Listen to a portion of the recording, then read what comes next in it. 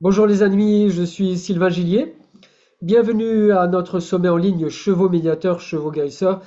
Et donc aujourd'hui, je voudrais vous présenter une interview, l'interview de Juliette et également son intervention dans un film réalisé par Anne Barth et distribué par Les Alchimistes, que je remercie d'ailleurs pour l'autorisation qu'ils m'ont donnée d'utiliser des extraits du film.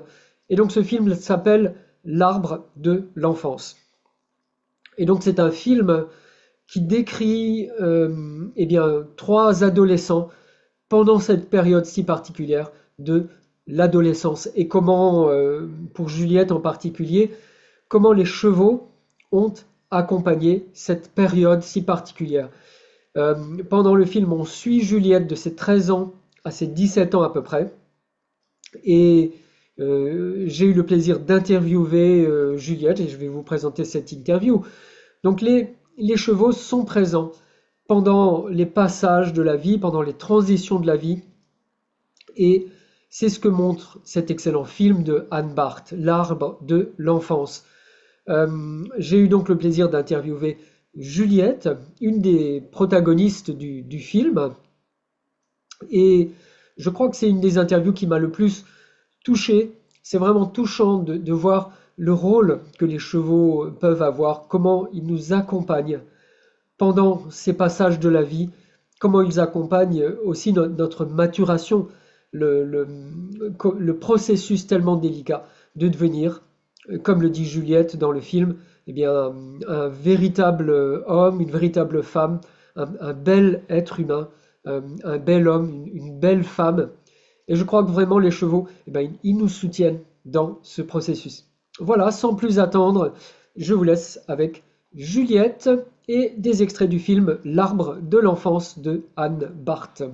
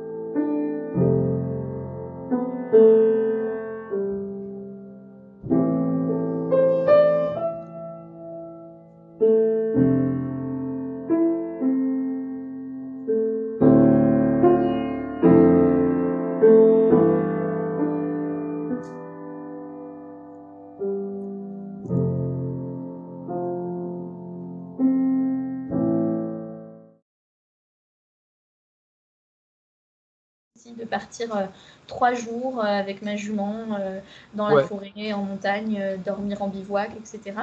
d'accord. Et je me rappelle d'être face à ces êtres qui ont des besoins de dormir, manger, Ouais. boire. Là où moi, dans un chemin spirituel, j'avais un peu une envie de transcendance et où j'avais envie un peu d'affronter mes limites. Donc parfois, je pouvais partir en rando sans boire, sans manger, un peu d'aller jouer avec cette frontière et de Ouais. transmuter, de transcender, et aussi au niveau émotionnel. Mhm. Et là, j'étais face à des êtres qui, non, en fait, avaient des besoins primaires, Ouais. simples, et que je devais respecter, et qui, en plus, prenaient leur place de, bah non, là, j'ai besoin de manger, je mange, là, j'ai besoin de m'arrêter, je m'arrête. Et Mhm. j'étais, du coup, très vite à l'écoute et inspirée par ces êtres qui prennent leur place. Et comme ils prennent leur place, bah, en fait, j'étais aussi obligée de prendre la mienne parce que c'est des grosses bêtes de 500 kilos. Donc, Ouais. donc si je prends pas ma place non plus et si je me fais pas respecter dans ma bulle, je peux prendre soin de la bulle de l'autre, de ses besoins, mais si moi je me respecte pas dans ma propre bulle et dans mes propres espaces, et ben facilement je peux mourir avec un cheval. Clairement, je peux Ouais. disparaître. Ouais. Et c'est ça qu'on pourrait appeler la souveraineté. Euh, Ouais, c'est vrai. et Ouais, et tu parles de besoins primaires du cheval qui a besoin de trouver de l'eau, qui a besoin de manger, qui a vraiment des besoins primaires, mais dans le mot souveraineté, il y a, enfin, je sais pas, il y a quelque chose, moi, qui me semble dépasser les besoins primaires. Et Hmm, dans la royauté, puisque tu as utilisé le mot, ce sont des rois et des reines, hmm. et je pense que tu as raison, c'est des rois et des reines pour la la présence à soi. Mais comment est-ce que tu dirais qu'ils arrivent à nous transmettre cette souveraineté à partir de choses finalement très basiques, hein? On les longe, on leur trouve à boire, on leur trouve à manger. Hmm. Comment? Euh, Donc, si je comprends bien ta question, c'est comment concrètement ils nous montrent comment goûter à notre propre souveraineté. C'est Tout ça? à fait. Ouais. Ok. Parce que je pense que c'est quelque chose de méga important. Il y a ce mot monter à cheval. Mais c'est aussi monter intérieurement. Moi, il y a justement ce Hmm. mouvement d'ascension et c'est pour ça que j'aime beaucoup ton témoignage, il y avait quelque chose de transcendant dans cette relation, même si c'est parfois très très basique ce qui se passe. Bah, c'est exactement ça. Tu viens de dire un peu tous les mots que je dirais que c'est finalement c'est très simple. En fait, les chevaux, ils sont très très simples. Et nous, on est beaucoup dans notre tête, dans notre mental. On a du mal à incorporer cette voie du sentir, de la sensation. Moi, je sais que quand je suis avec mes chevaux, que je monte à cheval ou que je vis des choses avec elle et eux, bah, je suis pleinement dans ma sensation, dans mon corps. Je danse beaucoup aussi, donc ça m'aide à avoir cette conscience corporelle. Mais en fait, les chevaux sont conscience corporelle, sont pleinement cette conscience et, et dans des choses très simples je pense juste d'être dans du quotidien, d'aller les voir, les regarder, les observer. Tiens, il se déplace comme ci, comme ça. Tiens, il vient se frotter de telle manière. Là, il emprunte à chaque fois ce chemin-là. Là, il va boire. Les interactions aussi. Je dirais que c'est dans des choses très simples. Et puis, juste goûter leur présence. Je crois que je pense que beaucoup de personnes, j'ai pas envie de dire tout le monde pour pas généraliser, mais beaucoup de personnes, rien qu'en étant au contact des équins, goûtent ce relâchement et ce dépôt une forme d'authenticité, parce qu'ils sont simplement la présence et la conscience. Et ma jument, oui, elle a été une grande enseignante à cet endroit de respecter l'autre dans ce qu'il est et me faire respecter et prendre moi ma propre place et du coup bah, prendre ma place dans le monde aussi. Mm.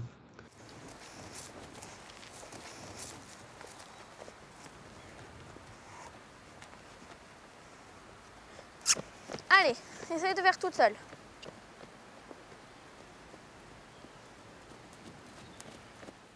Il y a quelque chose qui se dépose à l'intérieur, ouais, c'est vrai que Mm. Mm. il y a cette expérience, mais peut-être qu'il faut avoir un cœur un petit peu ouvert pour ça, parce que Oui. si on est que dans des choses intellectuelles j'ai l'impression qu'on passe un peu à côté. Et puis bah quand il y a cet atout hein, du passage à l'adolescence où c'est quand même plus le cœur qui est ouvert et les émotions qui s'ouvrent à autre chose. Et Mm. est-ce que parmi les chevaux que tu as rencontrés et les ânes que tu as rencontrés, Mm. il y a eu un cheval ou un âne avec lequel tu avais un lien particulier, soit un lien affectif ou un lien d'enseignement, justement, ou avec les expériences que tu as vécues avec eux. Ben, du coup, dans ma vie au milieu des chevaux, et puis maintenant, c'est aussi ma profession. Donc, des chevaux, j'en rencontre beaucoup. Je suis au contact de beaucoup depuis toute jeune. Mhm. Mais oui, j'ai un lien particulier avec une jument. Donc, j'ai un troupeau où voilà, elles sont plusieurs.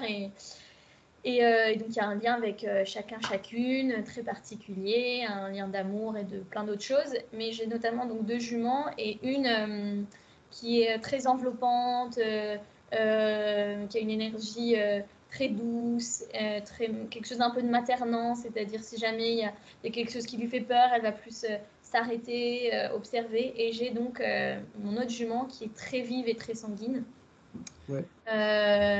par aussi sa race. Et donc, elle, c'est clairement une grosse enseignante, parce qu'on a vécu beaucoup de choses. J'ai pris des coups, je suis tombée, étant adolescente notamment. Plus maintenant, parce que on se connaît et puis que je sais mieux être dans ma terre et danser avec elle. Danser avec elle. Ouais, ouais.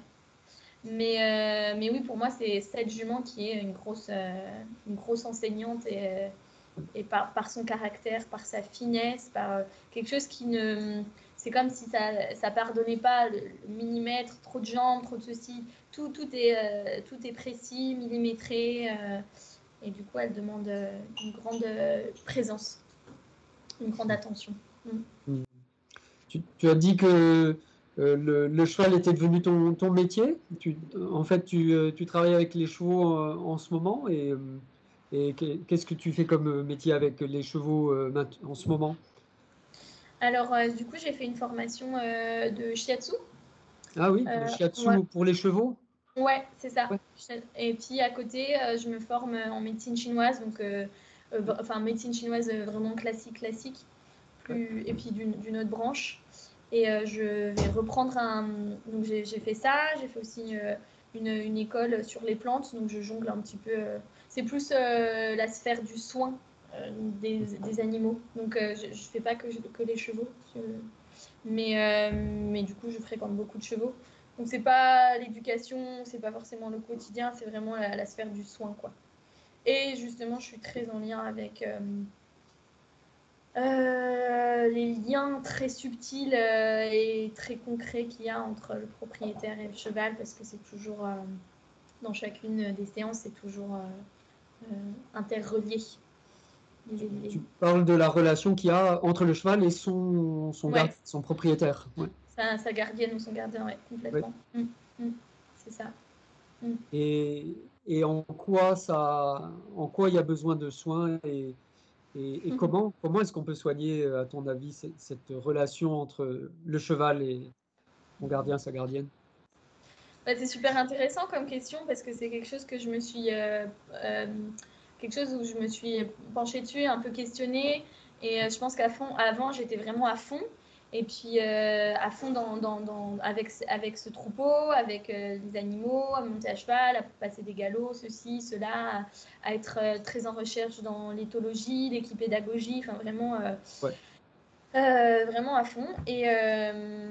Et puis en grandissant, je suis allée visiter d'autres sphères qui m'ont beaucoup touchée. Mhm. Et du coup, ça a pris une autre forme. Et du coup, faire cette formation, c'était une lancée, un rêve de petite fille. En tout cas, d'être dans le soin pour les animaux. Ouais. Et là, je dirais que maintenant, mon rêve, ce serait plus d'être entourée d'animaux libres et qu'on se rencontre parce que les deux êtres ont envie de se rencontrer, mais plus parce que je mets un cheval dans un parc et que je suis responsable de ses besoins, qu'on puisse être justement chacune responsable de ses besoins et se rencontrer à partir de deux sphères souveraines, quoi. Donc c'est vrai que le soin, ça m'a questionnée en me disant aussi, bah, les animaux sauvages, en fait, n'ont pas besoin de soins, ils s'autorégulent, ils ont tout un mécanisme, une homéostasie au niveau émotionnel, physique, et tout va très bien. Mais on n'est pas dans ce monde-là. On est dans un monde où on est entouré de ces êtres, et ces êtres, ils œuvrent énormément. Les chevaux, enfin, que ce soit les chevaux, les chiens, les chats, peu importe, les êtres qui sont domestiques, œuvrent énormément sur notre bien-être, par le fait qu'ils soient des éponges, par le fait qu'ils soient. Donc pour moi, c'est crucial et je suis fascinée et je suis émerveillée par tout ce qui se joue et à quel point c'est important de faire un pont et et de mettre de la clarté et de soutenir en fait ces duos. Ces duos où parfois il peut y avoir des incompréhensions, ou alors bah tiens mon cheval il a un cancer, ou il a un problème au foie, et ceci et cela. Oui mais en fait si toi tu es tout le temps en colère, c'est normal que ton cheval il ait mal au foie, ou si Oui. dans ta vie tu es tout étriqué, ben, c'est normal qu'il ait des problèmes de poumons. Enfin, et en fait il y a plein de relations que, que les humains ne prennent pas forcément. Ouais. Parce que dans la médecine traditionnelle chinoise, il y a une relation entre les organes et les émotions, hein, Oui, ouais. si je vois. Mm. Donc la colère en relation avec le foie, enfin, et- etc. Et, et donc, pour revenir à cette idée de guérir la relation entre le cheval, son gardien-gardienne, et si je comprends bien, il y a une notion de liberté réciproque, de souveraineté réciproque. Et comment est-ce qu'on pourrait expliquer ça? Et, parce que moi, je trouve ça très mystérieux, ce lien qui unit le cheval et son cavalier. Très Mm. mystérieux, à dire. Mm. D'autant que quand on est en situation d'équitation, bah, par définition, le cheval n'est pas en liberté. Mm. C'est un peu le cavalier qui lui dit quoi faire, où aller. Enfin, comment est-ce que tu vois ça, en fait, Mm. dans la guérison de cette relation, au niveau, disons, d'un couple cheval-cavalier, mais peut-être aussi de façon plus Mm. générale? Mm. Euh, alors, ce qui me vient, ça me fait un petit parallèle, et du coup, c'est en lien avec ce que tu évoques. Donc, voilà, ça m'arrive de faire de la communication animale, euh, parce que depuis petite, j'ai des perceptions très fines, et du Mhm. coup, en grandissant, ben, j'en suis venue à les mettre au service Ok. de l'humanité. C'est Et quelque chose que tu as appris ou qui s'est non, développé un peu tout seul, en fait? ouais, depuis petite, je capte beaucoup de choses, et du coup, on va dire que c'est les esprits Ok. qui m'ont enseigné. Puis voilà, c'est des choses qui viennent, comment dirais-je, ouais, en écoutant et en calmant le mental, en ouvrant des canaux. Et du coup, depuis petite, j'ai ces canaux disponibles, et puis petit à petit, je les affine. Mhm. En grandissant, ça s'étoffe, ça s'expand. Et donc, il y a quelques mois, enfin, il n'y a pas si longtemps que ça, il y a une copine qui m'a demandé si je pouvais faire une communication avec des cachalots. Parce que Ok. elle les emmène elle emmène en mer, et elle avait envie de savoir comment c'était pour les cachalots. Donc, j'ai été très, très touchée, et ça a été une communication magnifique. Et Et tu as été en mer pour les contacter? Comment que ça s'est passé? non, souvent, on m'envoie les photos. Ah oui, d'accord. Et je me connecte à travers la photo. Et puis D'accord. après, quand c'est en direct, bah, effectivement, si c'est des animaux proches ou que je les rencontre. Et donc, dans ce qui était très touchant, et du coup, ça en vient un peu à la question que, que tu as posée, c'est que dans cette communication, ce qui m'a marqué, c'est ce besoin de guérison et de réparation. Et de Ah, passer de quelque chose de la destruction à la réparation. Et que l'humain, il a beaucoup détruit. Il a beaucoup été créateur de destruction. Et qu'il était temps dans nos relations, et je pense que ça s'étend à beaucoup plus vaste, que ce soit avec nos chevaux, avec nos amis, nos compagnons, compagnes. Il est temps de créer de la réparation du mieux qu'on peut. La destruction, ça fait partie des cycles de mort-renaissance. Mais en tout cas, moi, du mieux que je peux, j'ai envie de tendre vers la réparation. Et ces cachalots, ils demandaient la réparation par tous les troubles qu'il y a eu en mer, et de venir avec cet esprit et cette intention de paix. Et du coup, je pense qu'on se doit de porter ça aussi avec nos animaux et nos chevaux, mhm. d'amener cet esprit et cette présence de venir créer de la paix et de la réparation. Et, et du coup, si on a conscience de ça, ben, on se reprend aussi, on se reporte, parce qu'on demande beaucoup à nos animaux de nous porter. C'est le cas d'ailleurs avec les chevaux, on leur demande de Littéralement nous avec porter. les chevaux, oui. Donc, de reprendre cet endroit où je me porte et on se, et on se rencontre avec deux êtres qui se portent soi-même, de plein. En tout cas, le plus possible, de tendre vers ces endroits de plein. Et je pense que les chevaux, ils sont vraiment, c'est des êtres médecine. Mais moi, je trouve que dans une justesse, c'est aussi important que je fasse mon propre travail et que j'aille voir mes propres pathos, mes propres bagages pour éviter à mon cheval de porter les miennes, quoi. Donc la guérison, elle passe d'abord par soi pour ensuite l'amener dans notre duo avec notre cheval ou peu importe avec qui, en fait. Ouais. Donc créer un espace de réparation qui deviendra aussi un espace de guérison, si je comprends bien. A priori, les chevaux ou les animaux dans la nature ont une Oui. bonne idée de comment créer cet espace de réparation. Mais nous, les humains, comment on pourrait faire cette partie du travail de regarder à l'intérieur, comme tu disais, de regarder nos valises et quel conseil tu pourrais donner et qu'est-ce que les chevaux nous donneraient comme conseil par rapport à ça? Hmm.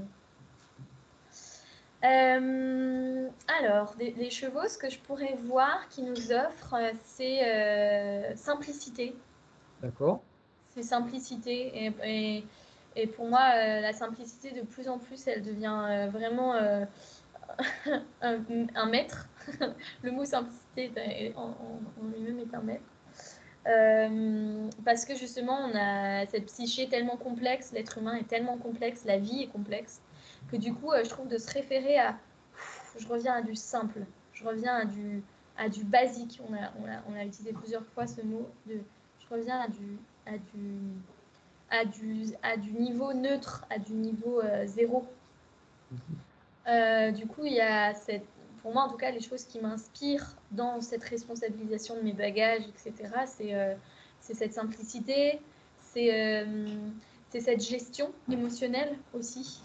Cette De... gestion émotionnelle par rapport aux émotions qu'on ressent, Ouais, je veux dire, bah, c'est ouais. pas forcément évident hein, si je suis avec un cheval qui m'envoie ses posteurs, qui me tape, bah, je vais avoir des émotions violentes même, éventuellement. Hmm. Oui, oui, oui. Bah, effectivement, en fait, là c'est comment dire, c'est les endroits qui peuvent m'inspirer ça. Mais peut-être qu'à la base de base, j'aurais peut-être dû commencer par ça. C'est pour moi, il faut se faire accompagner. Se Faut faire se faire, accompagner. Ok. ouais, se faire accompagner et cultiver cet endroit de recherche et de curiosité. Qu'est-ce qui fait qu'est-ce qui fait que j'ai un cheval qui m'envoie ses pattes derrière moi? Et ça, parfois, je suis pas en mesure de le gérer toute seule. Donc, ça veut dire ben, peut-être aller voir un ou une bonne thérapeute, peut-être faire des stages avec des personnes si le cheval me touche, qui allient justement à ce côté thérapie et cheval. Et puis, tout simplement aussi d'humain à humain, parce qu'en fait, les chevaux, on peut aussi parfois les laisser un peu tranquilles avec nos névroses, et Mm. d'humain à humain, juste aller visiter, prendre des outils concrets, se faire de la CNV, se faire ceci, cela, voilà, se prendre en charge. Et ce qui fait que bah, quand je vais arriver face à mon cheval, ben, déjà, je ne vais pas dégager la même énergie, Mm. qui fait que je ne vais pas avoir besoin de me prendre des sabots dans la gueule. Et puis, si jamais il se passe quelque chose, parce que le mystère, il est partout, il y a des choses qui nous échappent, Mm. ben, je vais être en mesure de le gérer d'une manière juste, ajustée. Donc, ouais, se faire soutenir, se faire accompagner et être en recherche, questionner, euh, se documenter. Tiens, comment moi je fonctionne, comment fonctionne un cheval, comment Mm. fonctionne le vivant. Prendre des connaissances qui nous évitent d'être dans de l'ignorance Mm. et du coup dans des mécanismes qui nous échappent. Et ça, c'est encore des endroits de reprendre de la puissance et de la souveraineté. De reprendre cette fameuse souveraineté dont on parlait. Mm, mm, mm. Alors, Juliette, avec tout ce que tu as vécu avec les chevaux et cet enseignement sur plusieurs années avec les chevaux, et si je comprends bien, qui était plus un enseignement de la nature. Tu as même Mm. parlé de l'esprit des chevaux. Comment est-ce que tu vois ton futur dans l'environnement professionnel, les environnements de vie?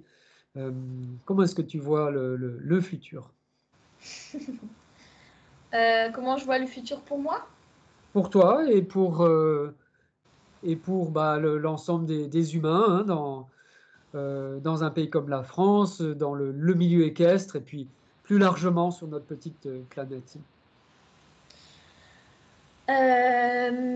Alors, il y a ce que je vois et ce que j'aimerais. Ouais. Euh, Ce que je vois, et puis ce que je vois et ce que j'aimerais pour moi, et puis ce que je vois et ce que j'aimerais pour plus large. Mhm. Et pour plus large, il y a quelque chose qui me touche beaucoup, c'est justement la méconnaissance par rapport aux animaux Ouais. et de les priver de leur rythme naturel. Et donc de leur faire vivre des choses qui sont très éloignées. Et parfois, c'est justement parce que aussi il y a de la mauvaise gestion émotionnelle, entre guillemets. Quand je dis mauvaise gestion émotionnelle, ça peut être simplement une fusion tellement forte que l'animal, il va tout le temps être en miroir et du coup, il va absorber. Euh, et donc ça, pour moi, c'est aussi une forme de maltraitance, entre guillemets, de fusionner et du coup il y a un manque de clarté dans les espaces et c'est ok en fait dans un plan plus grand on va dire mes animaux ils ont pour moi on se choisit on n'a pas forcément conscience de ça mais on se choisit donc les animaux qui m'entourent ben ils ont choisi de relationner avec moi comme moi j'ai choisi de relationner avec elle et eux euh, cependant, du mieux que je peux, et ce que j'aimerais voir autour de moi, c'est cette prise de conscience et ces connaissances de ben, c'est quoi justement un cheval, ce dont il a besoin. Donc au niveau de l'alimentation, on en est super loin. Mm. Euh, Moi, j'arrive parfois dans des centres équestres, il y a des manières de parler aux chevaux, de les traiter qui sont assez choquantes. Mm. Euh, il y a, Est-ce que c'est pas respectueux? ah non, c'est. Mais c'est pas. En soi, le cheval, il s'en fout qu'on lui dise ta gueule. Mm. En fait, il y a une vibration, il y a une énergie à travers ça que je D'accord. trouve hyper violente. Et du coup, ouais, il y a vraiment parfois extrêmement de maltraitance parce qu'on ne se rend pas compte. Et, et, et la communication animale, je trouve qu'elle permet ça, elle permet vraiment de réaliser, mais en fait, les animaux captent tout et sentent plein de choses. Et donc, je pense que j'espère qu'on se mordra les doigts, enfin qu'on se mordra les doigts, que quand il y aura des avancées, c'est déjà en train de se faire par rapport à la maltraitance, et quand on Mm. réalisera que tout ce qu'on inflige aux animaux, Mm. ben en fait, ils sont conscients de tout Mm. et que c'est des super chouchous de se laisser faire vivre ça en fait. Mm. Franchement, un cheval de 500 kilos qui se fait maltraiter et qui va continuer à être enfermé dans un box, à être ferré, à être peut-être se prendre des coups de cravache, bah, en fait, c'est complètement fou, quoi. Et, Ouais. donc, je crois que j'aimerais voir beaucoup de changements à cet endroit-là. Dans les centres équestres, et justement, on a cette journée au sommet qui parle des évolutions dans les centres équestres avec différentes initiatives, différentes personnes qui proposent des initiatives et y compris la tienne. Et tu te verrais avec un centre, un lieu. Si c'était une situation idéale et que tu avais des budgets illimités, Ah, comment ouais. serait ton lieu? Hmm. Oui, j'ai juste envie de dire par rapport à ce que je dis, moi Ouais, j'ai beaucoup de chance, je suis beaucoup entourée de personnes qui sont dans énormément de soins et ok. beaucoup d'amour, mais j'ai aussi vu des choses pas forcément très cool et voilà, c'est pour ça que j'en parle et que ça me touche, mais j'ai envie de dire que je célèbre beaucoup et que et que je suis le plus entourée quand même de personnes qui prennent vraiment soin et qui sont dans un beau chemin. J'avais envie de D'accord. faire cette petite célébration et je ne vois pas que des horreurs, j'en vois peu. Et après, ben, mon grand rêve, ce serait de pouvoir avoir des énormes parcs, un peu.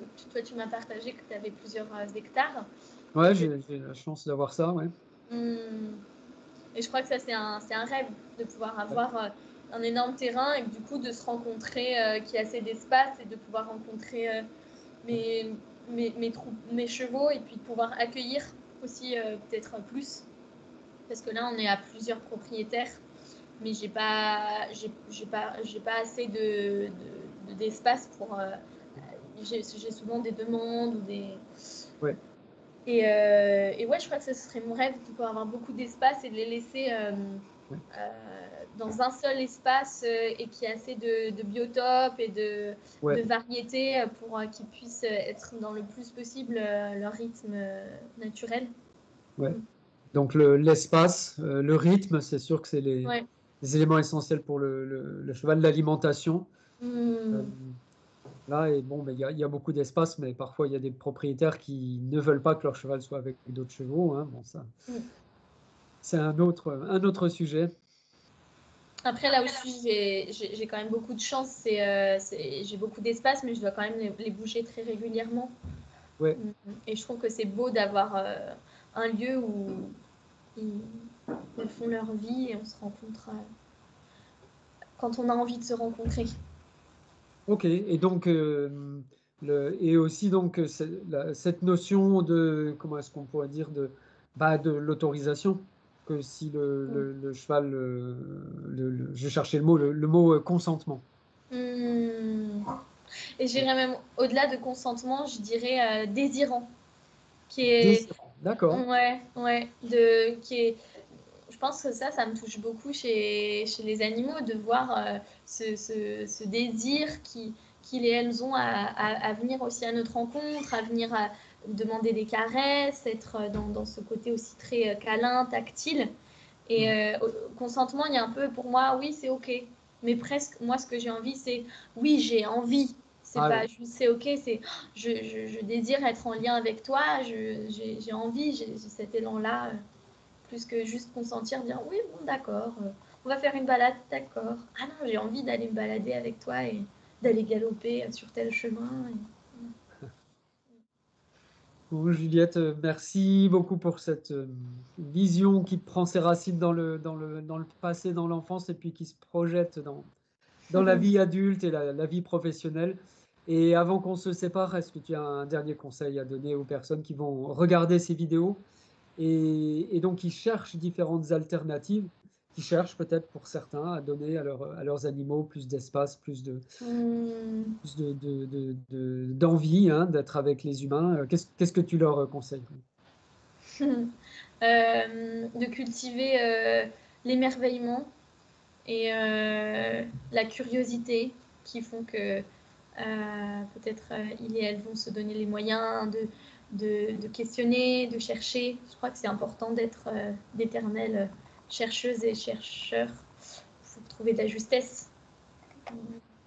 Voilà, donc d'aller se référer à. On a de la chance, on a Internet qui fournit plein d'informations, de se référer autour de nous, de demander, de, de se renseigner. Voilà. Ok, l'émerveillement et la curiosité, voilà, c'est sûr que les Mm. chevaux peuvent nous apprendre ça. Mm. Un grand merci à toi, Ben, Juliette, merci à d'avoir toi. été présente avec nous donc, pour ce sommet et donc dans le cadre de ce film documentaire, hein, auquel tu as participé, de Anne Barth et de l'Arbre de l'enfance. Un grand merci. Merci à toi, Sylvain. À bientôt.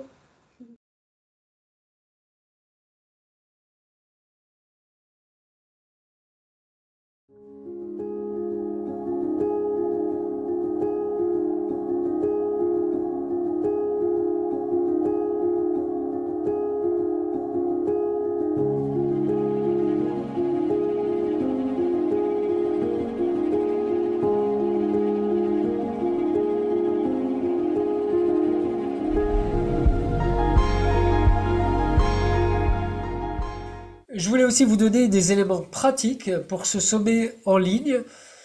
Donc c'est un sommet qui est gratuit sur simple inscription comme membre de la communauté Cheval en Conscience. Vous avez le lien juste en dessous.